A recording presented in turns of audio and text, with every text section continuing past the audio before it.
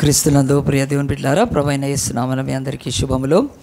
దేవుడు ఈ యొక్క దిల్షునారులో the disciple making New Testament church శిష్యులను సిద్ధపరిచే కృత నిబంధన సంఘము అనే ఈ యొక్క చర్చ్ నేమతో మనం ఇక్కడ సేవ ప్రారంభించి 18 ఏళ్ళు ఈ యొక్క ఆదివారంతో ముగిసిపోతున్నాయి. నెక్స్ట్ ఆదివారానికి నెక్స్ట్ వీక్కి మనము 19వ సంవత్సరంలోకి ప్రవేశిస్తున్నాం కనుక మరి 18వ సంవత్సరం ఆఖరి ఆదివారం రోజు దేవునికి సన్నిధిలో దేవుడు ఆయన మనల్ని పిలిచి, ఆయన ప్రత్యేకపరిచి, ఆయన స్థిరపరిచి, ఆయన మనల్ని దేని కొరకు ఈ లోకంలో ఆయన సిద్ధపరుచుకుంటున్నాడో దాని విషయమే మనం జ్ఞానం కలిగిన వారమైతే యేసు యొక్క మాటలకు లోబడి, యేసు ఆజ్ఞలకు లోబడి, ఆయన యొక్క ఆత్మ నడిపింపుతో మనం ఇంకా ముందుకు వెళ్ళగలుగుతాం. స్కూల్లో మరి ఆ యొక్క ముఖ్యంగా మన గవర్నమెంట్ స్కూల్స్లో పిల్లలు జాయిన్ అవుతారు, కానీ పుస్తకాలు ఉండవు, టెక్స్ట్ బుక్స్ ఉండవు, చాలా రోజులు టెక్స్ట్ బుక్ ఉండవు. మరి టీచర్లు ఏం చెప్తారు, వాళ్ళకి తెలుసు కనుక ఏదో చెప్తారు, కానీ టెక్స్ట్ బుక్స్ లేకుండా పిల్లలు చాలా సఫర్ అవుతుంటారు. టెక్స్ట్ బుక్ ఉంటే మరి కరికులం ఉంటుంది, టెక్స్ట్ బుక్స్ ఉంటే వాళ్ళకు మరి సిలబస్ ఉంటుంది, దాని ప్రకారమే వాళ్ళు ఒక సంవత్సరాన్ని ముగించి వెళ్తారు. మరి చర్చికి ఏం సిలబస్ ఉంది, చర్చికి మరి ఆ యొక్క కరికులం ఏముంది, ఈ యొక్క చర్చికి మనకు ఆ యొక్క బుక్స్ ఏమున్నాయి, ఒకే బుక్ బైబిల్. సో దీన్ని మనము మెల్లగా అలాగున కంప్లీట్ చేసుకుంటూ పోతే మనం స్పిరిచువల్ గ్రాడ్యుయేట్స్ అవుతాం, ఈడియట్స్ కాదు, గ్రాడ్యుయేట్స్ అవుతాం. ఎక్కువ మంది ఈడియట్స్ అవుతున్నారు. స్పిరిచువల్ గ్రాడ్యుయేట్స్ అవుతాం, ఆ తర్వాత పోస్ట్ గ్రాడ్యుయేట్స్ అవుతాం, ఆ తర్వాత మనము ఎంఫిల్ కూడా చేయొచ్చు, ఇంకా తర్వాత డాక్టరేట్ కూడా చేయొచ్చు, పండితులు కూడా అయిపోవచ్చు బైబిల్లో. కనుక దేవుని యొక్క వాక్యాన్ని మనం ప్రేమించి అలాగున మారటానికి అవకాశం ఉంటుంది. కనుక ఎట్టి పరిస్థితుల్లో ఈ యొక్క బైబిల్ చెప్తున్న రీతిగా మనందరము కూడా ప్రభువా నీవు ఇచ్చిన వాక్యాన్ని నేను అనుసరించి నేను ముందుకు వెళ్ళటానికి ఈ ఆదివారం కూడా మరి సందర్భానుసారంగా మరి ఆ యొక్క పరిస్థితులకు అనుగుణంగా దేవుని వాక్యం ఉండాలి. కనుక మరి ఎవరైనా పాస్టర్ ఒక పెళ్ళికి పిలిస్తే ఆయన క్రీస్తునందు మృతులు ధన్యులను మొదలు పెడితే ఏం చేస్తారని వాళ్ళు షాక్ అయిపోతారు. ఆ రోజు అవసరం లేదు కదా, చావు దగ్గరికి పోయి ఏం చెప్పాలి, ఆ మెసేజ్ చెప్పాలి. పెళ్ళిలో ఏం చెప్పాలి, నరుడు ఒంటరిగా ఉంటా మంచిది కాదని మొదలు పెడితే బెస్ట్. కనుక మరి ఆ తేడా లేకపోతే ఎట్లుంటుంది.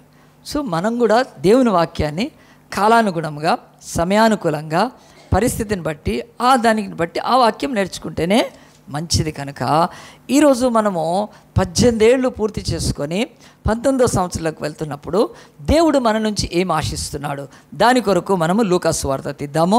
లూకా సువార్త తీసి ఒక చిన్న భాగాన్ని మనం ముందుంచుకొని ఈ వాక్యాన్ని ఈరోజు నేర్చుకుందాం.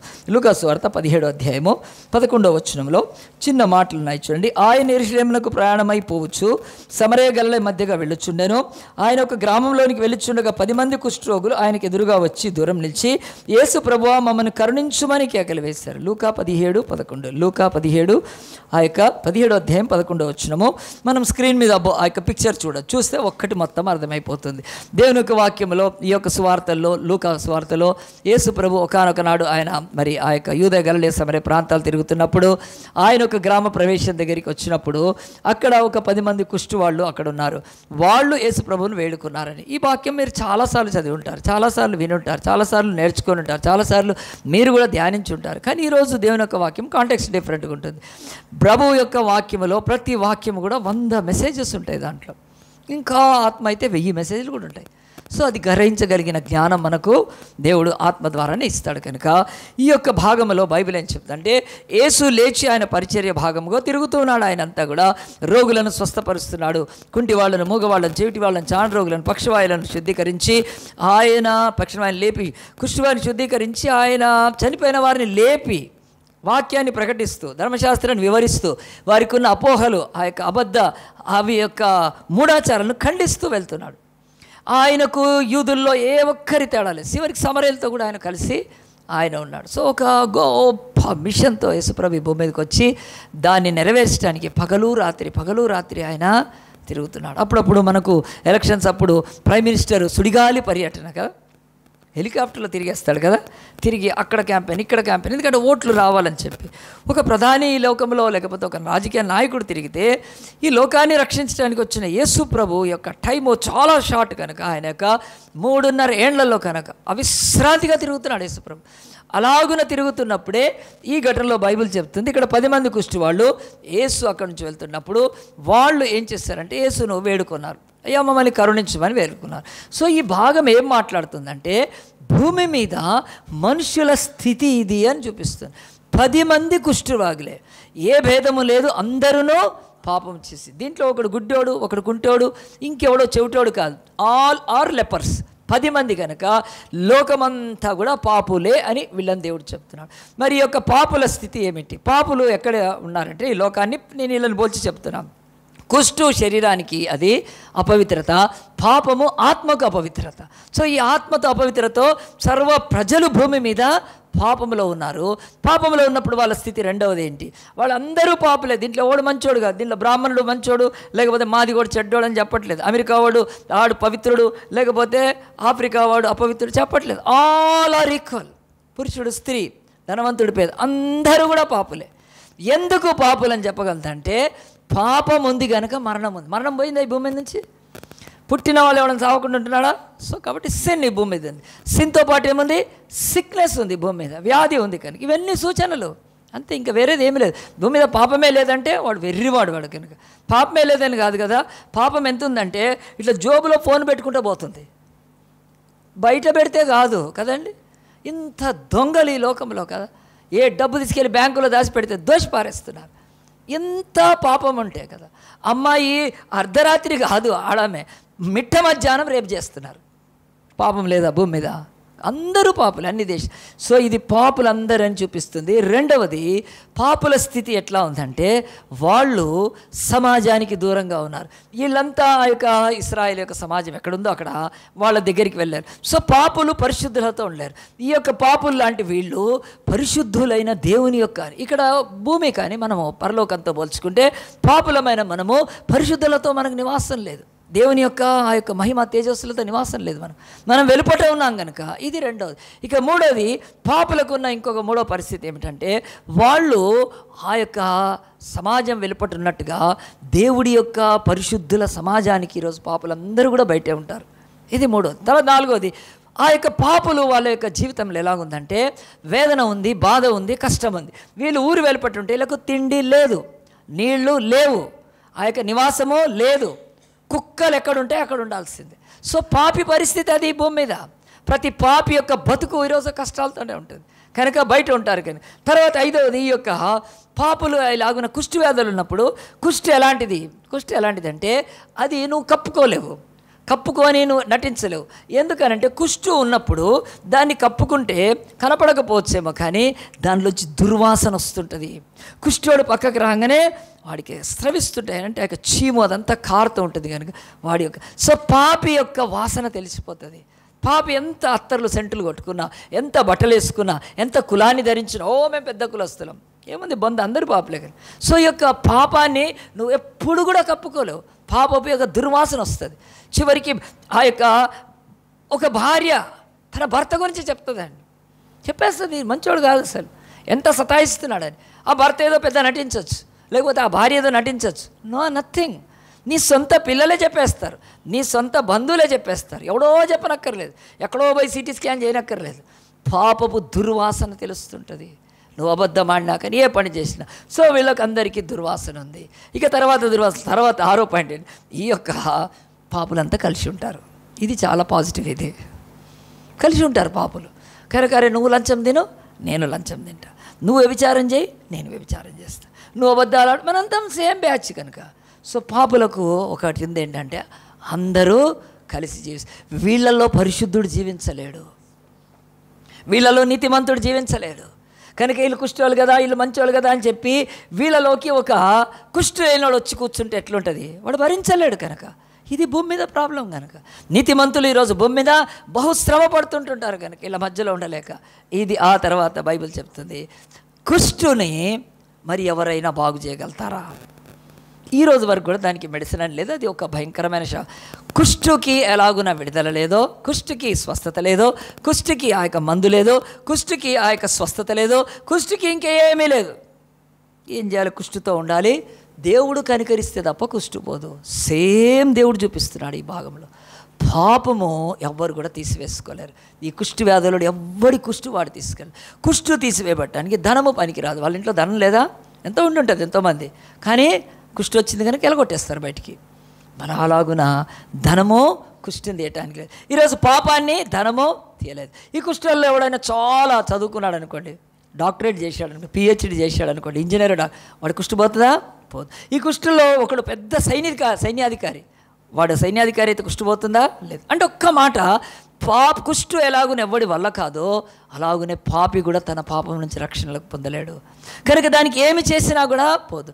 కాబట్టి ఈ సమయంలోనే ఈ లోకంలో మీ కుష్టి తీసివేస్తామని, మీ పాపాన్ని తీసివేస్తామని మతాలు బయలుదేరినాయి. ఈరోజు ఎందుకు ఇన్ని భూమి మీద మతాలు ఉన్నాయంటే, ఎన్నో మతాలు వచ్చి మీ పాపానికి ప్రాయశ్చిత్తం అవుతుంది, మీ పాపము పరిహారం అవుతుంది, మీ పాపము తీసివేయబడుతుంది, మీ పాపము కొట్టివేయబడుతుంది, మీ పాపము అది ఆ యొక్క దేవుడి ఎదుటి నుంచి తీసివే మీరు అయిపోతారు. ఏం చేయాలి? గుండు గీకు రా, గుండు గీకుతున్నారు కదా. ఇంకా అక్కడి నుంచి దానాలు, ధర్మాలు, యజ్ఞాలు, బలులు, ఆ యొక్క పుణ్యక్షేత్రాలు, ఆ తర్వాత పుణ్యస్నానాలు, ఆ తర్వాత మాలలు, ఆ తర్వాత దీక్షలు అన్నీ చేస్తున్నారు. సిన్ మాత్రం పోవట్లేదు, పాపం పోవట్లేదు. ఇప్పుడు కుంభమేళాకి వెళ్ళిన వచ్చినాడు, వాడు 100% గ్యారంటీ బతాడా మంచిగా. అక్కడ పోయినప్పుడు తాగుతున్నాడు, వచ్చి మళ్ళీ ఏం చేస్తాడు? నేను చాలా లాంగ్ పోయి వచ్చాను కానీ ఇంకెక్కువ తాగుతాడు. ఎవడు బాగున్నాడు? ఏ ఒక్కళ్ళు. సో మతాలన్నీ అలాగున వీళ్ళని దాటిపోయినాయి. ఆ యొక్క రాముడు వచ్చాడు, ఏం చేశాడు కదండి? రావణాసుడు నేసేసాడు. ఇట్లా నేసాడో తెలియదు నాకైతే. ఒక ఆయన తిప్పుతూ ఉంటాడు ఇక్కడ మెడ దగ్గర, ఎందుకో కదా. మరి కృష్ణుడు వచ్చి ఏం చేశాడు? కంసుడిని చంపాడు. ఇంకంతే, ఇంకా నాకు తెలిసినంతే. ఏం చేశాడు? యుద్ధం పెట్టాడు, మహాభారతంలో 1000 మందిని లేపేశాడు. మరి మహమ్మద్ వచ్చి ఏం చేశాడు? ఆఫర్ ఇచ్చాడు, 3 పెళ్ళిళ్ళు సరిపోరా, 4వ పెళ్లి చేసుకోవాలని. మగవాళ్ళకి చాలా ఫేవర్ మహమ్మద్, ఆడవాళ్ళకి కాదులేండి. దేశాలు కూడా, మన భారతదేశంలో కూడా సివిల్ ఆ యొక్క కోడ్ తీసుకురావటం ట్రై చేస్తుంది. ఆడవాళ్ళని అడిగిపోతున్నారు ముస్లిం. 3 పెళ్ళిళ్ళు చేసుకోవచ్చు, 4వ పెళ్ళి చేయాలంటే ఏం చేయొచ్చు? తలాక్ తలాక్ తలాక్ అనగానే 4వ అమ్మాయి ప్రత్యక్షం. సో మహమ్మద్ చాలా మంచిగా లేడీస్కి వ్యతిరేకం, జెంట్స్కి ఫేవరబుల్గా ఉన్నాడు. ఏం చేశాడు ఆయన? మహమ్మద్ వచ్చి మారణ ఆయుధాలు ఇచ్చి చంపడమన్నాడు. అలా హదీతుల్లో ఉంది, వాళ్ళు ఒప్పుకోరు కానీ దాంట్లో. అందుకని అంత ఇస్లాం అంటేనే ఒక మూర్ఖమైన, క్రూరమైన, హింసాత్మకమైన మతం. అది మతం కాదు అసలు, అది రాక్షసత్వం. బుద్ధుడు వచ్చి ఏం చేశాడు? ఫ్యామిలీని వదిలేసి వెళ్ళిపోయాడు. చెప్పాడు వాళ్ళ వైఫ్ని సిస్టర్ అన్నాడు. ఇంకంతే, ఇంకేమంటుంది ఆమె? సిస్టర్ అన్నాడు. పిల్లల్ని ఇంట్లో వదిలేసి వెళ్ళిపోయాడు. ఆయన కూర్చొని నిర్వాణంలోకి వెళ్ళిపోయాడు. అసలు మనిషికి ఎందుకు బాధలు? కోరికల్ని అద్దెదించాలి. కనుక నిర్వాణ అని కోరికల్లోంచి అన్నిట్లోంచి బయటికి రావాలి. పోయి చెట్టు కింద కూర్చున్నాడు, భార్యను పిల్లల్ని వదిలిపారేశాడు. ఆయన ఏం చేశాడు బుద్ధుడు? కోరికలను ఎట్లా తెద్దదించాలో, వదిలిపెట్టుకోవాలి, అదేదో చెప్పడానికి ట్రై చేశాడు. రిపీట్గా బుక్ రాసి వెళ్ళిపోయాడు. గురునానక్ ఏం చేశాడు? సిక్ మతస్థుడు మంచి కట్టుమన్నాడు, ఇట్లా చలి ఉంటే బాగా కట్టుకోమన్నాడు, గట్టిగా తలవారు తీసుకోమన్నాడు గురునానక్. అది చెప్పాడా? కాదండి, వాళ్ళ దాంట్లో ఉన్నాయి టీచింగ్స్ ఉన్నాయి. ఆయన మంచి బోధ చేశాడు, మీరు సమాధానంగా ఉండాలి. కానీ గురునానక్ ఏం చేయగలిగాడు? ఎవడి పాపాన్ని తీసేయగలిగాడు? చక్కగా గోల్డెన్ టెంపుల్ కట్టి గురు గ్రంథ్ సాహిబ్ రాశాడు. ఎంతోమంది గురువులు వాళ్ళు సిక్ మతస్థులు. ఏం చేశాడు ఆయన? ఇంకా 10 మతాలు ఉన్నాయి చెప్పాలంటే. ఏ మతస్థుడని, ఏ దేవుడని వచ్చి ఏం చేశాడా కదా? సాయిబాబా వచ్చాడు కదా, ఆయన గుట్టలకు బేడా, పుట్టలకు బేడా, నాకైతే తెలియదు. ఎంతమంది దేవుళ్ళు పిలువబడ్డారు? ఎవరు దేవుళ్ళు? ఏం చేశారు ఈ భూమి మీద? పాపం 10 మంది గతి అలాగునే ఉంది. ఇంటికి దూరము, దుర్వాసన, తిండి లేదు, ఆకలి, చింపిరి బట్టలు, బాడీ డికే అయిపోతుంది, ఊడిపోతున్నాయి, ముక్కు, చేతులు, చెవులు ఊడిపోతున్నాయి. ఇలాగన ఇట్లంటే వేలు వెళ్ళిపోద్ది అనమాట వాళ్ళకు. భయంకరమైన కుష్టు. సమాజంలోకి వస్తే రాళ్ళు పెట్టి కొడతారు. రాకూడదు సమాజంలోకి. భార్యతో, పిల్లలతో, సమాజానికి, ఆరాధనకి దూరం. నో పండగ లేదు, ఏమీ లేదు. కుష్టు పాపాన్ని బయలుపరుస్తుంది. సిన్నర్ అట్లా ఉన్నాడు. కనుక మతాలన్నీ ఏమీ చేయలేదు. కనుక లోకరక్షకుడు, జగద్రక్షకుడు మానవులను సృజించి మానవులను పాపం నుంచి విడిపించడానికి ఆయన నరావతారిగా దిగివచ్చి ఆయన మార్గము గుండా వెళ్ళుచున్నాడు. గట్టిగా చెప్పలు కొడదామా? ఆయన ఈ భూలోకంలో 2000 సంవత్సరాల క్రితం just he passed through this world. ఈ ఊరిలోంచి ఎట్లా వెళ్ళిపోతున్నాడో యేసు అట్లా దాటి వెళ్ళిపోతున్నప్పుడు ఈ యొక్క 10 మంది ఈరోజు ఏం చేశారండి? ఆ రోజు ఏం చేశారు? యేసు కరుణించమన్నారు. ఈరోజు వరకు కూడా యేసు నన్ను కరుణించంటే ఏ కుష్టు లాంటి పాపం కలిగిన వాడినైనా, కుష్టు శరీరానికి మాత్రమే, ఆత్మకు కాదండి, పాపం మాత్రం ఆత్మ గనక వాళ్ళు మొర్ర పెట్టాలి, యేసు మమ్మల్ని కరుణించమని కదా. రాముడా నన్ను కరుణించు అంటే ఆయన ఏం చేస్తాడు? రాముడు ఆయన ఏ పాపం నుంచి విడిపిస్తాడు? కృష్ణుడా నన్ను కృష్ణుడు ఏం చేస్తాడు? ఆయన బుద్ధుడు ఏం చేస్తాడు కదా? ఇక జైన తీర్థంకులు ఏం చేస్తారు? గురునానకులు ఏం చేస్తారు? మహమ్మద్ ఏం చేస్తాడు? ఎవ్వడేం చేయలేకపోయాడు. ఎందుకంటే పాపము మరణం, అది డెత్ కనుక. ఎవడైనా కుష్టు వ్యాధి దగ్గరికి వస్తే ఆడికి కుష్టు తగులుతుంది, వచ్చేస్తుంది. వాడు కుష్టులోకి వెళ్ళిపోయి అపవిత్రుడైపోయి చచ్చిపోతాడు కూడా. సో కుష్టు వాళ్ళని దూరంగా పెట్టేవాళ్ళు. అది అంటూ వ్యాధి అనుకునేవాళ్ళు కాదు, అది అంటువ్యాధి కాదు, కానీ సైంటిఫిక్గా అలాగున్న వాళ్ళని పెట్టేవాళ్ళు.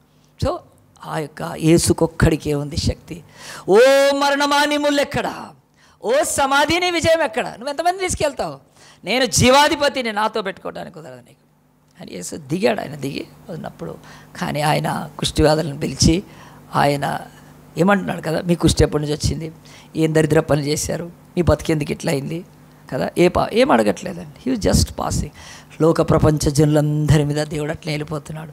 ముస్లిమ్స్, సొరాస్ట్రియన్స్, హిందూస్, సిక్కులు ఎవరైనా జీసస్ చూడాలి, చూసి ఏం చేయాలి? కరుణించమని అడగాలంతే. అంతే, ఇంకా కరుణించమన్నప్పుడు ఆ యొక్క యేసు ప్రభు ఒక్కడే కరుణించి, మరి వీళ్ళు కరుణించమని అడగటానికి ఏమి ఆధారం ఉంది అంటే అప్పటికే యేసు కుష్టు అది వాళ్ళను శుద్ధీకరిస్తున్నాడు, చచ్చిపోయిన వాళ్ళని లేపుతున్నాడు, కుంటి గుడ్డి మూగ చెవిటి వాళ్ళను బాగు చేస్తున్నాడు, పక్షవాయు గలవాడిని తాకకుండా లేచిని పరిపెత్తుకుని నడుస్తున్నారు, నీళ్లను ద్రాక్షరసంగా చేయగలదు. ఈ పవర్ఫుల్ వర్డ్స్ టెస్ట్ మనీస్ వీళ్ళు విన్నారు. వీళ్ళకి చెవులు పోలేదు కదండి, చెవులు ఉన్నాయి అందరికి. ఈరోజు ప్రపంచానికి అంతటికీ చెవులు ఇచ్చాడు. ఆ చెవులకు ఏమనిపిస్తున్నాడు? ఈ బైబిల్. గట్టిగా చెప్పలు కొడదామా? ఎవడైనా ఇది బ్రిటిష్ వాడి బుక్కు, ఎవడైనా ఇది అమెరికన్ బుక్ అనుకున్నాడంటే వాడంతా బుద్ధిహీనుడు ఎవడలేడు. వాడెవ్వడైనా సరే, it's not belongs to a British people or to the English or some other country.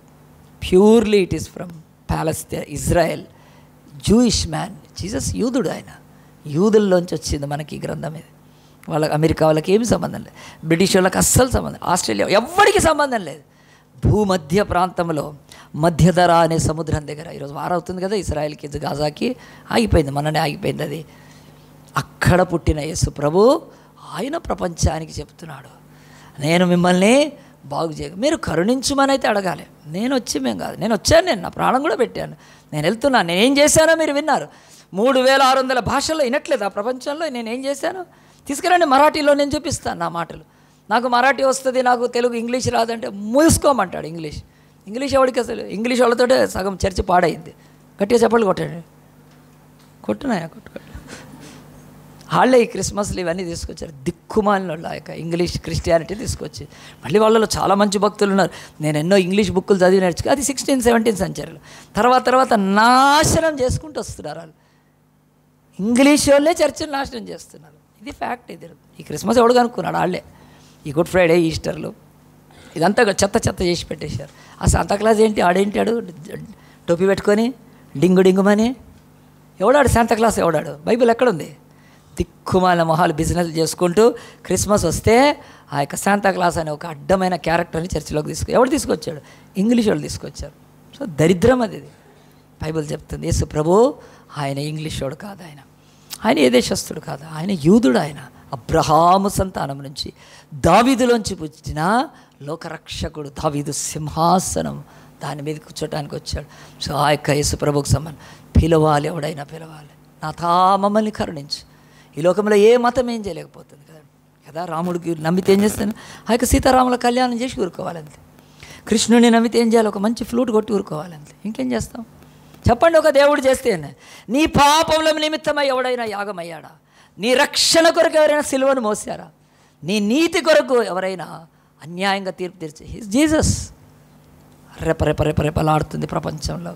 ఆయనను సహించలేక ఆ మతాన్ని, ఆ యొక్క విశ్వాసాన్ని ఈ లోక దేవుళ్ళు దేవతలంతా కూడా వ్యతిరేకిస్తున్నారు. ఆయన పోరాడుతున్నాడు. ఆ పోరాటానికి నువ్వు నేను కావాలి. గట్టిగా చెప్పాలి కొడదామా? నీవు కావాలి, మనం కావాలి. ఆయన సైనికులుగా ఆయనకు కోట్ల దూతలు ఉన్నారు, దిగితే బూడిదైపోతారు. కానీ యేసు మనల్ని వాడుకో. సో మన దేవుని యొక్క వాక్యం ఏం చెప్తుంది ఈరోజు? ఈ యొక్క భూమిని, ఈ యొక్క చిన్న పాపులు, రక్షకుడు ఈ భాగం చూపిస్తుంది ఫ్రేమ్లోంచి చూస్తే. మనుషులందరూ పాపులు, దిక్కు లేకుండా ఉన్నారు, ఏమేమో చేశారు, పాపం పోవట్లేదు. కుంభమేళకు కూడా వెళ్ళొచ్చారు, ఏం పోవట్లేదు, ఎక్కడ పోయినా పోదు పాపం. యేసు మాత్రమే తీసివేయగలుగుతాడు. యేసు అప్పుడేమన్నాడు, మమ్మల్ని కరుణించమంటే యేసు ఒక్క మాట చెప్పాడు. చూడండి, ఆ మాట చదివి మనము ఈరోజు భాగాన్ని ముగిస్తాం. దేవుని యొక్క వాక్యం ఇక్కడ వరకు అర్థమైతే, ఆయన వారిని చూసి మీరు వెళ్ళి మిమ్మల్ని యాజకులకు కనపరుచుకోండి అని వారితో చెప్పాను. వారు వెళ్ళుచుండగా శుద్ధులైరి. రెండు ఇక్కడ బైబిల్ చెప్తుంది. యేసును కరుణించమన్నారు. రెండోది ఏమన్నారు, యేసుని ప్రభువా అన్నారు. ప్రభువా అంటే చెప్పినట్టు వినాలి కనుక కదా. అది మనం ఎవరినైనా లార్డ్ అన్నామనుకోండి, లార్డ్ అని చెప్తే నేను చేయనంటే అదేం లార్డ్ కదండి. ఇప్పుడు మనం ఎవరినైనా సార్ అన్నాం, సార్ అనగానే ఓకే అది తీసుకురా అంటే నేను తీసుకురానంటే ఇంకా సార్ అని ఏమర్థం? అంటే మనం ఎవరినైతే ప్రభువు అని పిలుస్తున్నామో ఆయనకు సర్వ విధేయత చూపిస్తేనే ప్రభువు. సో ఈరోజు ఎంతోమంది ప్రభువులు ఉన్నారు భూమి మీద, కానీ ఎంతోమంది లార్డ్స్ ఉన్నారు. నేను ఇంతకుముందు చెప్పాను, నేను అందుకని నా నోటితో ఎవరిని లార్డ్ అని పిలవానండి. లార్డ్ శివ అని కానీ, లేకుంటే లార్డ్ రామ అని కానీ, లార్డ్ బుద్ధ పిలుచుకోవచ్చు ఎవడైనా నాకు. But the lord of lords is Jesus. Lord of lord is Jesus కనుక ఆయన ఒక్కడే ప్రభువులకు ప్రభు కనుక ఇక ఆయన నాకు ప్రభు అయినప్పుడు ఇంకెవడూ ప్రభువు కాదు కనుక బైబిల్ చెప్తుంది ప్రభువా అని పిలిచినందుకు యేసు ప్రభు నన్ను ప్రభు అంటారా మీరు? అరే నిజంగా మీకు ప్రభువునేనారా నేను? సరే నేను ప్రభువునైతే నాకు లోబడాలి, వెళ్ళండి అన్నాడు, అంతే. మీరు వెళ్ళాలి అంతే. ప్రభు అన్నారు కనుక ఆ ప్రభు అనకుండా దావీదు కుమారుడా, అయ్యా నజరేయుడా, అయ్యా మంచి బోధకుడా, ఎన్నో టైటిల్స్ వేసి ప్రభు పిలిచారు. మరియ కుమారుడా అని ఏకతాలు చేశారు. అలాగే వడ్లవానికి అట్లా ఏదైనా ఒక పేరుతో పిలిస్తే యేసు ప్రభు ముచ్చటించేవాడు, ఇంక అడిగాడేమో. కానీ వాళ్ళు ఒక్కటే డైరెక్ట్ ప్రభువా అన్నారు. ప్రభువా అంటే నా మాటలో పడాలి మీరు. నేను ప్రశ్నించి ఇప్పుడు మిమ్మల్ని పరీక్షిస్తాను. ప్రభువా అనగానే మీరు వెళ్ళి అంటున్నాడు. ఈరోజు ఎంతమంది ప్రభువా ప్రభువా అని పాటలు పాడి యేసును పచ్చగా అవమానపరుస్తారండి క్రైస్తవులు. ప్రభువా అంటారు కానీ లైఫ్లో ఎక్కడా ప్రభువు కాదు తెలుసా, ఎక్కడా ఆయన లార్డ్ కాదు. యేసు ప్రభువని నీ నోటితో ఒప్పుకొని దేవుడు ఆయనను మృతులలో లేపడని విశ్వసించిన నీకు రక్షణ కలుగును. ఒకడు నీతి కలుగునట్లు హృదయంలో విశ్వసించును, రక్షణ కలుగునట్లు నోటితో ఒప్పుకొనును. రోమా 10:9-10 చెప్తాను. పర్ఫెక్ట్, ఇది మీ కంటత రావాలి వాక్యం. రోమన్స్ 10:10 అన్న గుర్తుపెట్టుకోండి. సింపుల్ 10:10 బైబిల్ చెప్తుంది. ప్రభువా అని అనేవాడు ఎవడు కూడా దేవుని యొక్క రాజ్యంలో ఆ యొక్క ప్రభువుకు లోబడకుండగా ప్రభు అనడం వ్యర్థం. వాళ్ళు ఏం చేశారు? వెళ్తున్నారు. మొదటిది ఒకటి విధేయత. మరి వాళ్ళు వెళుతుండగా స్వస్థత కలిగింది ఏంటి? బైబిల్ అంటుంది విధేయత విశ్వాసం. వివి కదా, ఎదురుగానే ఉంది వివి నగర్ కదండి. మరి దాంట్లో అందరికి ఉందో లేదో? మరి వివి నగర్ చాలామంది వస్తారు అంటే రెండు లేనోళ్ళు వివి నగర్లో ఉన్నారా? కాదండి. వి ఫర్ కదండి, ఆ యొక్క విధేయత. వి ఫర్ తెలుగు, అది ఇంగ్లీష్లో విశ్వాసం. విశ్వాసము విధేయత ఉంది కనుక వారు వెళుతుంటే స్వస్థపడ్డారు కనుక ఈ వాక్యం ముగించేటప్పుడు బైబిల్ చెప్తుంది 10 మంది శుద్ధులైపోయారు.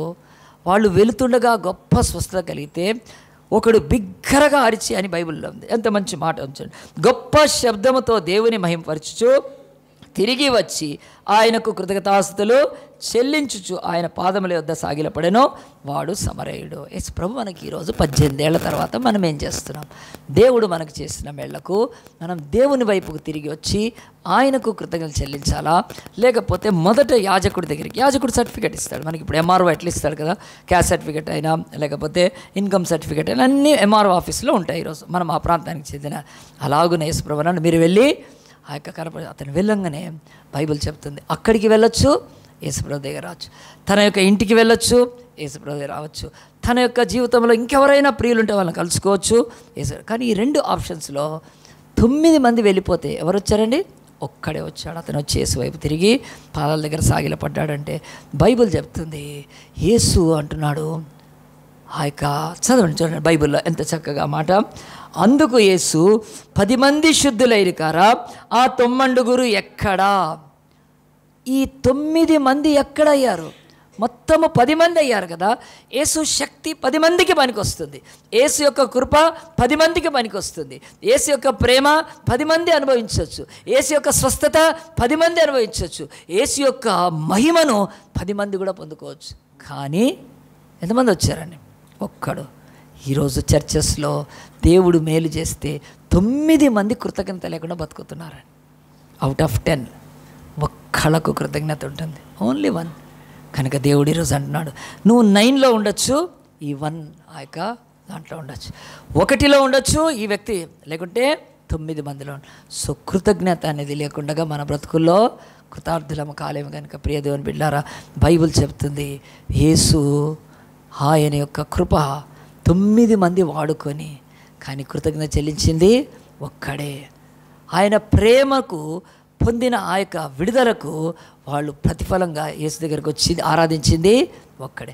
యేసు వాళ్ళ నుంచి 10 మంది నుంచి ఏమి ఎక్స్పెక్ట్ చేశారండి? నేను బ్రతుకులు ఆఖరి మాట చెప్పి ముగిస్తున్నాను, ఆలోచించండి.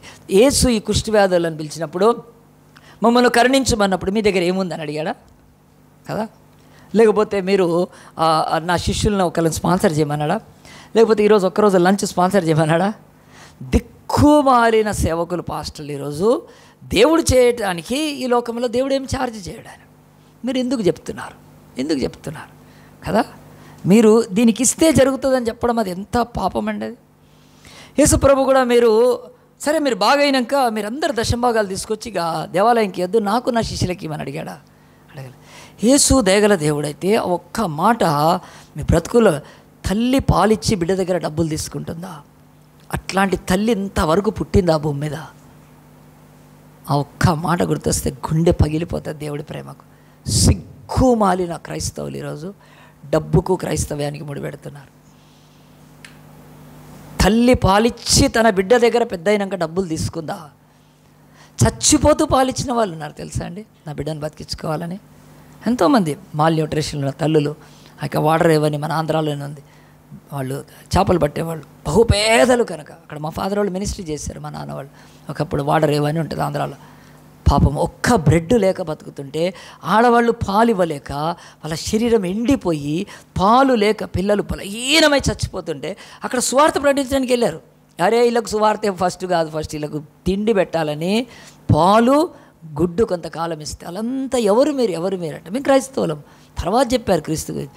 ఇంత మంచి దేవుడు మాకు కావాలి, మా పిల్లలకు మేము పాలు ఇవ్వలేక మా కళ్ళ ముందు చచ్చిపోతుంటే ఏ ప్రభుత్వం ఏ మతం ఎవడు పట్టించుకోలేదు. ఈ క్రైస్తవులు వచ్చారు, వీళ్ళు మాకు ప్రతిరోజు గ్లాసు మిల్క్ పిల్లలకి మంచి ఎగ్ ఇచ్చారు. అదొక ప్రాజెక్ట్ అది. ఇప్పుడు స్కూళ్ళు పాటిస్తున్నాయి కదా ఇప్పుడు ప్రభుత్వాలని. నేను 30 ఏళ్ల క్రితం చెప్తున్నాను, 30 years back Christian organization AMG చేసింది. మా నాన్న దాంట్లో బోర్డ్ ఆఫ్ డైరెక్టర్. దాంట్లో పాలు వాళ్ళకు గుడ్డు ఇస్తే బతికారండి వాళ్ళంతా. సో ఒక తల్లి పాలు ఇవ్వలేకపోయినా తను ఇవ్వనంత వరకు ఇచ్చి చచ్చిపోతుంది తప్ప బిడ్డను బతికించుకోవాలి. సో యేసుప్రభు డబ్బులకా ఈ 10 మంది డబ్బులు ఇస్తే అడిగాడా అండి? సో మనిషి డబ్బులు కాదు దేవుడికి కావాల్సి. ఆ యొక్క 10 మందిలో ఒక్కడు వచ్చాడు, వచ్చి ఏం చేశాడు? ప్రభు హృదయాన్ని సంతోషపరిచాడు. ఒక రక్షకుడు, ఒక సృష్టికర్తకి నువ్వు ఆయనకి ఏమి ఇవ్వగలుగుతావు? నువ్వు ఒక పసిబిడ్డ పాలు తాగి తన తల్లికి ఆ సమయంలో ఏమి ఇవ్వగలుగుతుందండి? ఎప్పుడు అంతే తేడా ఉంటుంది దేవుడికి మనకి. ఆయన ఎక్కడ మహోన్నతుడు, మనం బచ్చా కదా పసిపిల్లలం, ఏమి ఇవ్వగలుగుతాం? కానీ పసిపిల్లలు ఏం చేస్తారు చెప్పాలా నేను మంచి చెప్పాలా? పసిపిల్లకి పాలు ఇచ్చినాక మంచిగా అయినాక వాళ్ళు ఏం చేస్తారంటే వాళ్ళ మమ్మీ ఇట్లా చేస్తే ఏం చేస్తారండి? ముద్దు పెడతారు.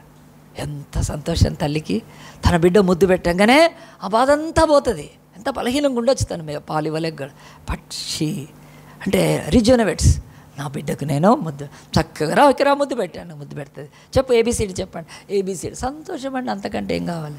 ఆ పిల్ల ఏమి ఇస్తుందండి? ఆ బిడ్డ తల్లికి ఏమి ఇవ్వగలుగుతుంది పాలిస్తే? దేవుడు కూడా అంటున్నాడు నువ్వు నాకు కృతజ్ఞత చెల్లించాలి. 10 మంది ఫోటో పెట్టి 10 మంది వాళ్ళలో ఒక్కళ్ళు కూడా తిరిగి రాలేదండి. 10 మందిలో ఒక్కడు వచ్చాడు, 9 మంది వెళ్ళిపోయారు. వీళ్ళ డబ్బు కావాలా, వీళ్ళ ఇల్లు కావాలా, వీళ్ళ యొక్క ధనం కావాలా, ఏం కావాలి యేసు ప్రభుకి? He needs thanks giving. ఆయన ఆరాధించాలి, కృతజ్ఞత. యేసు ఎవ్వడు బాగు చేయలేదు, నువ్వు బాగు చేస్తావు. నా బ్రతుకులో నిన్ను మొక్కటానికి వస్తాడు. అటు కాదు ఇటు వచ్చాడు. అటు మతం ఉంది, ఇటు మార్గం ఉంది. అటు లోకం ఉంది, ఇటు రక్షకుడు ఉన్నాడు. అటు ఈ లోకములో ఆకర్షణలు ఉన్నాయి, ఇక్కడ దేవుని దగ్గర మహిమ ఉంది. ఎవరైనా డిసైడ్ చేసుకోవచ్చు. 10 మందిలో ఎంతమంది అండి ఈరోజు కృతజ్ఞతకి వెళ్ళిన వాళ్ళు? ఒక్కడు. 9 మంది కాదు. ఆ 9 మందిలో వచ్చినోడు సమరయుడు. అంటే నేను దాని గురించి చెప్పాను. సమరయుడు అంటే వాళ్ళ యొక్క జాతిని అంటరాని వాళ్ళగా చూస్తారు. వాళ్ళకి వాక్యం తెలీదు, ధర్మశాస్త్రం తెలీదు, బలులు తెలీదు, మోషే ధర్మశాస్త్రం తెలీదు. వాళ్ళు సరిగ్గా ఉండరు. ఆ హస్బెండ్ ఏమో యూదుడు, వైఫ్ ఏమో అమోరీరాలు. హస్బెండ్ ఏమో ఆ యొక్క యూదుడు, వైఫ్ ఏమో ఫిలిస్తీరాలు. సంథింగ్ మ్యారేజెస్ అట్లా పుట్టిన వాళ్ళంతా అని వాళ్ళని అంటరాని వాళ్ళుగా పెడితే కానీ ఎవరిలో భక్తి కనిపిస్తుందని నిజమైంది సమరయంలో కనిపిస్తుంది. కనుక ప్రియ దేవుని బిడ్డారా, బైబిల్ చెప్తుంది ఈ యొక్క 18 ఏళ్లలో మీరు 9 మందిలో ఉండేవాళ్ళ ఒక్కళ్ళ ఉండేవాళ్ళు. గుర్తుపెట్టుకోండి. నేను ఒక ఇలస్ట్రేషన్ చెప్పి ముగిస్తాను. బైబిల్ చెప్తుంది, దేవుని యొక్క వాక్యం స్పష్టంగా దాని ప్రకారం చెప్తున్నాను. నేను ఒక 14 ఇయర్స్ అవుతుంది గుర్తుంది కనుక ఆ యొక్క బొలెరో వెహికల్ తీసుకున్నామండి. 2010లో అనుకుంటా తీసుకొని నేను ఆ యొక్క ప్రార్థన చెప్పించుకున్నాను సేవకుడి దగ్గరికి వెళ్ళి. ఆ తర్వాత నాకు తెలిసిన తర్వాత 2 రోజులైంది నా మనసు కొట్టుకుంటుంది. నేను ఒక స్వీట్ బాగ్ తీసుకుని రామంతపూర్కి వెళ్ళాను. అదే బొలెరోలో వెళ్ళాను. వెళ్తే ఆ సేవకుడు ఉన్నాడండి. నేను బయటికి రమ్మన్నాను. ఎందుకని అంటే రా అంటే కొంచెం దూరం పెట్టాను. చూసి బొలెరో వెహికల్ చూశాడు. కొత్తది బ్రాండ్ న్యూ వెహికల్ బొలెరో ఆ యొక్క ఎస్యూవి చూసి సంతోషంతో అన్నా మీదేనా అంటే అవునండి. దగ్గరికి వచ్చినాక ఆయనతో ప్రార్థన చేయించాను. తర్వాత ఇంట్లోకి వెళ్ళాక నేను ఒక 1 kg స్వీట్ అనుకోండి తీసుకెళ్ళి ఆయనకి ఇచ్చానండి. ఇచ్చి ప్రార్థన చేయాలి. ఆయన ప్రార్థన చేస్తే ఆయన కళ్ళల్లో నీళ్ళు తిరుగుతున్నాయి. ఒకటే అన్నాడు, అన్నా నా దగ్గర ఎంతోమంది సేవకులు ఎంతోమంది వస్తారు చర్చిలో, ఇప్పుడు రెగ్యులర్గా ఉండేవాళ్ళు వస్తారు. ఎన్ని ఏళ్ళు అయిపోయింది ఆయనతో నేను కట్ ఆఫ్ అయిపోయి. అంటే నేను స్టార్టింగ్లో మినిస్ట్రీలో ఉన్నప్పుడు ఒక 29 years 30 years బ్యాక్ ఘట్కేసర్ ప్రాంతంలో చేస్తున్నప్పుడు అన్న చాలా నక్సలైట్ అతనితో నేను తిరిగి నేర్చుకున్నాను కనుక నేను కారు కొనుక్కుంటే సంతోషించేవాళ్ళు నా బాధ్యత కనుక అని నేను తీసుకెళ్ళి స్వీట్ బాక్స్ ఇస్తే ఆయన ఒకలాంటి ఆత్మలో గొప్ప కలవరంలోకి వెళ్ళిపోయి ఎంతమంది ఉన్నారన్నా అసలు మీరు నా దగ్గరికి రావాల్సిన అవసరమే లేదు. ప్రార్థన చేస్తున్నాడు. ప్రభు ఈ యొక్క అజయపాల్ నా దగ్గరికి అన్న రావాల్సిన అవసరం లేదు. అసలు ఎప్పుడో సేవ చేశాం, ఎప్పుడో కలిసి అయిపోయింది అసలు. కానీ ఈరోజు కారు కొనుక్కుంటే నా దగ్గరకు వచ్చి ఇస్తున్నాడు. ఎంతమందికి ఉంది కృత మంచి ప్రార్థన చేశాడు. ఆయన కళ్ళలో నీళ్లు తిరిగినాయి. ఈరోజు ఎంతమంది నా దగ్గర వచ్చి వెళ్ళిపోయారు. ఒక చిన్న విషయానికి కూడా కృతజ్ఞత వైపు తిరగరు. అన్నా నువ్వు ఇన్నేళ్ళు అన్న అంటాడు. ఆయన నాకంటే పెద్దాను కానీ తెలంగాణలో ఉన్నాడు. అన్న ఇన్ని సంవత్సరాల తర్వాత నన్ను గుర్తుపెట్టుకొని కారు కొనుక్కుంటే నువ్వు నా దగ్గరకు వచ్చావని ఆయన ప్రార్థన చేశాడు. చేసినాం, కూర్చున్నాం. ఆ అక్క పేరు ఏదో ఉంది మర్చిపోయాను, టీ ఇచ్చింది, లేసి వచ్చేసాను. నాకు చాలా సంతోషం అనిపించింది. ప్రభా ఆ యొక్క నేను సేవలో ఉన్నప్పుడు తిరిగినప్పుడు ఆటోల్లో తిరిగాం, ఎంత కష్టంగా తిరిగేవాళ్ళం అంటే చాలా ప్రాబ్లంగా ఉండేది మాకు. ఇంత మంచి వెహికల్ ఇచ్చినాక అప్పట్లో మాకు వెహికల్ లేదు, ఇలాంటి వెహికల్ ఉండి ఎంత సేవ చేసేవాళ్ళము. సరే కానీ ఇప్పుడు ఇచ్చినప్పుడు నేను సంతోషంగా పంచుకున్నాను.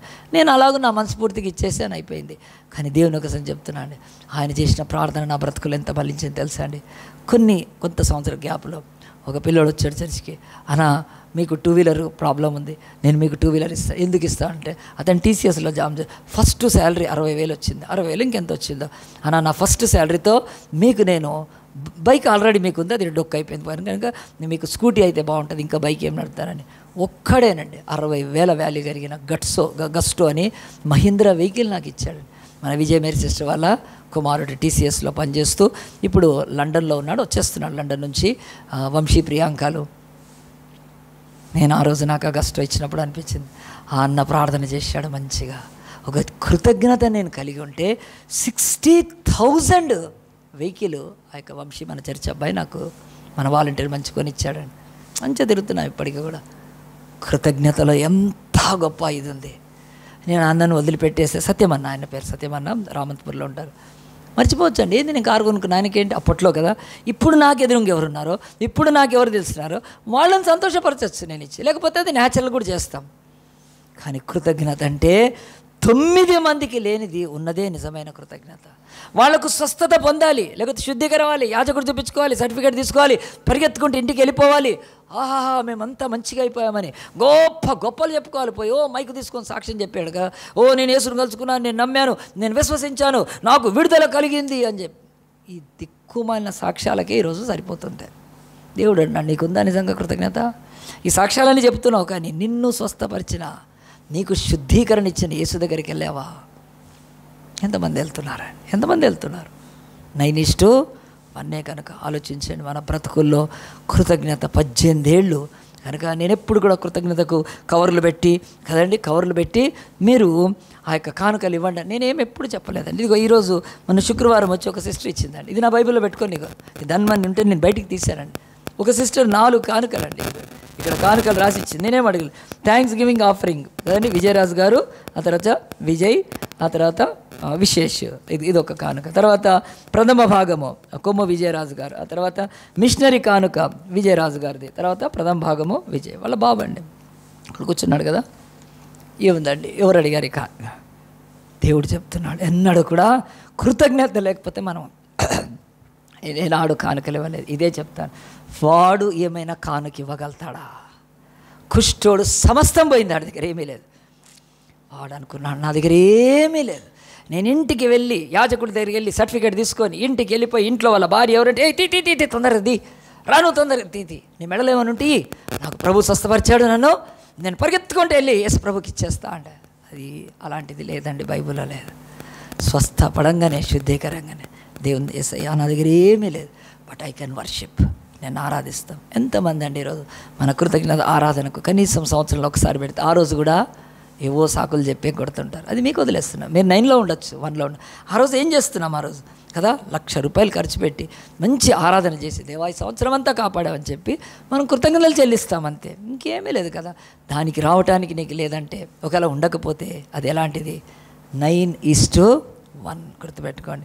బైబిల్ చెప్తుంది. బైబిల్లో 5 కృతజ్ఞతల గురించి ఉన్నాయి. మొట్టమొదటిది, నా ప్రాణమా యెహోవాను సన్నిధించు, నా అంతరంగ సమస్తమా ఆయన నామమును సన్నిధించు, యెహోవా చేసిన ఉపకారంలో దేనిని మరొక 116 కీర్తన, అది 103, 116 ఏం చెప్తుంది? యెహోవా నాకు చేసిన ఉపకారాలకు నేను ఆయనకేమీ చెల్లించగలను. రక్షణ పాదం చేతపట్టుకుని యెహోవా నామమున ప్రార్థన చేసి సంఘ సమాజాల్లో ఆయన కీర్తిస్తాను. తర్వాత ఏంటి? ఎఫెసీ 5:20 కదా, ప్రభువైన యేసుక్రీస్తు పేరిట సమస్తమును గురించి ఎల్లప్పుడూ తండ్రికి కృతజ్ఞతాస్తుతులు చెల్లించండి. ఆ తర్వాత తెస్సలోనికీయులు 5:16 కదా, ప్రతి విషయమునందు కృతజ్ఞతలు చెల్లించండి, ఇలాగున చేయటం ప్రభువైన యేసుక్రీస్తు విషయంలో మీ చిత్తము, ఇట్స్ ది గాడ్స్ విల్. మీరు ఆఖరిది ఫిలిప్పీ పత్రిక 4:6లో దేని విషయం చింతించకూడదు కానీ ప్రతి విషయమునందును కృతజ్ఞతాపూర్వకంగా ప్రార్థన చేసేటప్పుడు మీరు చెల్లించండి. బైబిల్ చెప్తుంది కనుక కుష్ఠోడికి సమరుడికి ఇవన్నీ తెలుసా, కానీ మనసులో కృతజ్ఞత లేదు. కానీ అందరం తల్ల వంచి దేవుని సెల్లో ప్రార్థన చేసుకుంది. దేవా ఈరోజు మేము 18 ఏళ్ళు ముగించుకుంటుండగా ప్రభా, ఈ లోకంలో మనిషికి కృతజ్ఞత లేదు నాయన, కృతజ్ఞతాహీనుడిగా బతుకుతున్నాడు. తల్లిదండ్రుల పట్ల కృతజ్ఞత లేదు, గురువుల పట్ల కృతజ్ఞత లేదు, స్నేహితుల పట్ల కృతజ్ఞత లేదు, అలాగున సహాయం చేసిన బిడ్డల పట్ల కృతజ్ఞత లేదు, ఇక దేవుడి పట్ల కృతజ్ఞత ఉండే అవకాశమే లేదు.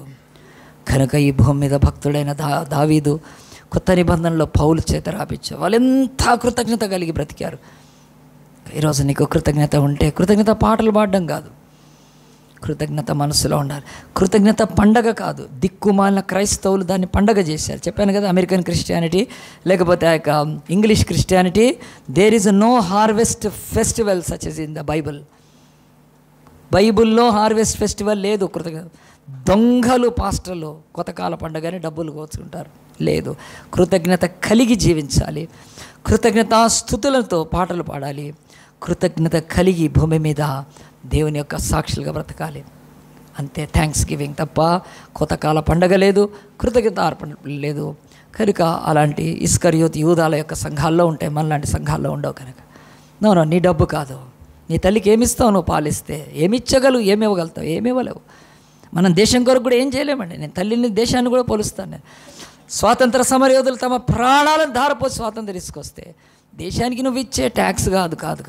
నువ్వు దేశంలో చట్టాన్ని గైకొంటే దేశాన్ని ప్రేమించినట్లు, నువ్వు ఓటు వేస్తే ఆ యొక్క మరి దేశాన్ని ప్రేమించినట్లు, నువ్వు కరప్షన్ లేకుండా బతికితే దేవుణ్ణి ప్రేమించినట్లు, ఈ దేశం యొక్క రూల్స్ గైకొంటే దేశాన్ని అది కదా. అంతేగాని దేశాన్ని ప్రేమించాం కదా అని ఓ పెద్ద జెండా ఎగరేస్తే వస్తుందా? జెండా ఎగరేసేదంతా దొంగలు ఎగరేస్తున్నారు రాజకీయ నాయకులు. కాదు. దేశ ప్రేమ నిజమైంది ఎలాగుంటుందో అలాగనే దేవుని ప్రేమ పట్ల కూడా అలాగుంటుంది. వాళ్ళు నిజంగా కృతజ్ఞత కలిగి ఆ 10 మందిలో వచ్చి బిగ్గరగా గొప్ప శబ్దముతో ప్రభువుని స్థుతిస్తూ ఆయన పాదాల మీద పడి దేవుని కనపరిచాడు కదా. 18 ఏళ్ళు దేవుడు నీకు ఇచ్చాడు, 19వ సంవత్సరంలో కృతజ్ఞతతో ప్రవేశిస్తావా? నాకేందిలే అంటే, నో ప్రాబ్లం, ఏమి పర్వాలేదు. కృతజ్ఞత కలిగిన బ్రతుకు ప్రభువుని సంతోషపరుస్తుంది. ఆ ఒక్క సవనేడు బట్టి యేసు ప్రభు హృదయం తృప్తితో నిండిపోయింది. ఒక్కడైనా వచ్చాడు అని దేవుడికి చెప్తున్నాడు. భూమి మీద 1:9, 9:1 ఉన్నారు కనుక వాళ్ళ 9:1 వాళ్ళ బతుకులు అలాగునే ఉంటాయి కనుక నేను చెప్తున్నాను.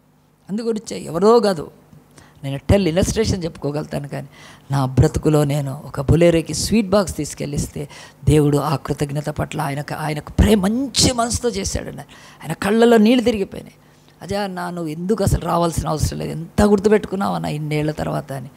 నా ఇంటి ముందుకు బొలేరో తీసుకొచ్చి నాకు స్వీట్ ఇచ్చావు, నువ్వు ఎంత సంతోషపడ్డాడండి. ఆ యొక్క ఆత్మలో ఆయన ఆనందంతో చేసిన ప్రార్థనకు నాకు 60,000 గస్టో వెహికల్ కూడా దేవుడు ఇచ్చాడేమో. మంచి ప్రేమగల దేవుడు. కృతజ్ఞత లేని వారి బ్రతుకుల్లో ఏమీ కూడా ఉండదండి. ఎవ్వరు మేలు చేసినా మర్చిపోకూడదు, ఎవ్వరు సహాయం చేసినా మర్చిపోదు. అట్లీస్ట్ ఫోన్ చేసి అట్లీస్ట్ థ్యాంక్స్ చెప్పి ఇంక ఇవ్వగలిగితే, ఇప్పుడు నేను వెళ్ళి స్వీట్ బాక్స్ ఇచ్చాను అట్లాంటిది ఏదైనా చేయగలిగితే కూడా చేయొచ్చు. కృతజ్ఞత లేని బ్రతుకులో స్వార్థపూర్తి, ఎవరితో పని ఉంటే వాడితో మంచిగా మాట్లాడుతున్నారు, ఎవరితో ఇక పని పడదో వాడికి ఇంకవాడిని వదిలిపెట్టేస్తున్నారు. అలాంటి నీచమైన బతికే వాళ్ళు ఎవ్వరు కూడా వాళ్ళు పరలోక రాజ్యములో సమాధాన బలిగా అర్పింపబడిన కృతజ్ఞత బలిగా యేసు ముఖాన్ని అన్నాడు చూడలేరు. కనుక కృతజ్ఞత కలిగి ఉందాము. 18వ సంవత్సరం నుంచి 19 కృతజ్ఞతతో ప్రవేశిద్దాము. ప్రార్థన చేసుకుందాం. జీవంగల దేవా, పరిశుద్ధుడా, మరొకసారి దినమున ఆయన మమ్మల్ని ప్రేమించి అయ్యా 18వ సంవత్సరము ప్రభా మేము పూర్తి చేసుకొని 19వ సంవత్సరంలోకి ప్రవేశిస్తుండగా ప్రభా ఈ యొక్క ఘడియల్లో మాకు కృతజ్ఞత ఎంత అవసరమో ప్రభా, కృతజ్ఞత నేను ఎంత సంతోషపరుస్తా, కృతజ్ఞత అనే మాటను ఆయన డెఫినేషన్ని ప్రభా, దాన్ని నిర్వచనాన్ని నేర్చుకోవాలి ప్రభా. నాయన బైబిల్ స్టడీస్కి వచ్చే వాళ్ళందరికీ తెలుసు ప్రభా. అయ్యా లేవికాండంలో 5 బలుల్లో ప్రభా 3వ బలి సమాధాన బలి. ఇశ్రాయేలీయులు కృతజ్ఞతగా చెల్లించేవాళ్ళు ప్రభా. వారి పాడి పంటలను దీవించినందుకు, వారి బిడ్డల్ని దీవించినందుకు, రాజ్యాన్ని కాపాడినందుకు ప్రభా, వారికి మంచి నీరు గాలి వాతావరణం ఇచ్చినందుకు, మంచి ఆరోగ్యం ఇస్తున్నందుకు ప్రభువా, మంచి ప్రవక్తలను ఇచ్చినందుకు అయ్యా వారు కృతజ్ఞత చెల్లించే బలే సమాధాన బలి ప్రభా. ఈరోజు మోడర్న్ క్రిస్టియన్లో, దిక్కుమాలిన క్రిస్టియన్లో ఆ ఓల్డ్ టెస్ట్మెంట్లో ఉన్న ఆ పీస్ ఆఫరింగ్ ఎవ్వడికి తెలియక ప్రభా, వింతైన పండగ కనుక్కొని కొత్తకాల పండగ అని చెప్పి, కృతజ్ఞతార్పణల పండగ అని చెప్పి సంఘాన్ని దోచుకుంటున్నారు దేవాత. మాకొద్దు ప్రభా అలాంటిది. నీ ఆజ్ఞలు, నీ వాక్యానికి విరుద్ధంగా మేమేమి కృతజ్ఞత కలిగి కుష్టువాడొచ్చి నీ పాదాల దగ్గర సాగిలపడ్డట్టు ఒక చిన్న పాట పాడి, యేసూనో నా దేవుడో నాకు మేలు చేస్తావని ప్రభా చెప్తే ఇంకా నీకు అంతకంటే సంతోషం ఏముండదు. కనుక మేము కృతజ్ఞత కలిగిన వారమే బ్రతుకుటకు మాకు సహాయం చేయమని, ఇతమైన వాక్యం నారుగడ్డ నీరు పోసి నిరంతరాలు ఫలింపచేయమని, ఇక్కడ కూర్చున్న బిడ్డలందరూ కూడా ప్రభా నాయన ఇదిగో 10 మంది కుష్టువాదులు వాళ్ళు లోకానికి సూచనగా ఉన్నారు. ఎన్ని మతాలు వచ్చినా ఎవడేం చేయలేకపోయాడు ప్రభా. యేసూని వచ్చి ప్రభా నాయన మా పాప శాపం తేట సెలివెక్కా గనక ఆ పిక్చర్ ఇక్కడ ప్రభా, లోకము రక్షకుడు నిజరక్షకుడు పిక్చర్ కూడా ప్రభా ఈ 10 మంది కుష్ఠవ్యాధులు యేసు నిలబడ్డ ప్రాంతాన్ని చూపిస్తుంది. కనుక యేసయ్య వాళ్ళు కరుణించమన్నారు. ప్రపంచంలో భూదిగంతాల వరకు ఎవడైనా నన్ను కరుణించమంటే ఈ రోజుకు నువ్వు కరుణిస్తావు నాయన. వాళ్ళు ఎరికలోలు కావచ్చు, యానాదులు కావచ్చు, మాదిగలు ఎవడైనా కావచ్చు ప్రభా, చౌదరీస్, రెడ్డిస్, బ్రాహ్మణులు ఎవడైనా నీకు సంబంధం లేదు. కనికరించుమంటే కనికరించి పాపము నుండి శుద్ధీకరిస్తావు ప్రభా నీ రక్తంతో. కనుక నీ మెసేజ్ రెండవది కృతజ్ఞత కూడా ప్రభా కలిగి ఉండాలనేది ప్రతి హృదయంలో మీరు స్థాపించి అయ్యా అమ్మ నాన్నలు, అన్నదమ్ములు, అకచెల్లు, స్నేహితులు ఎవరినైనా వాడుకొని వదిలిపెట్టే ఆ శాపగ్రస్తమైన అనుభవంలో కాకుండా ప్రభా కృతజ్ఞత కలిగి కృతార్థులవుటకు నువ్వు సహాయం చేయమని మా ప్రియ రక్షకుడైన యేసు నామాన్ని బట్టి వేడుకొని ప్రార్థిస్తున్నాము తండ్రి. ఆమేన్.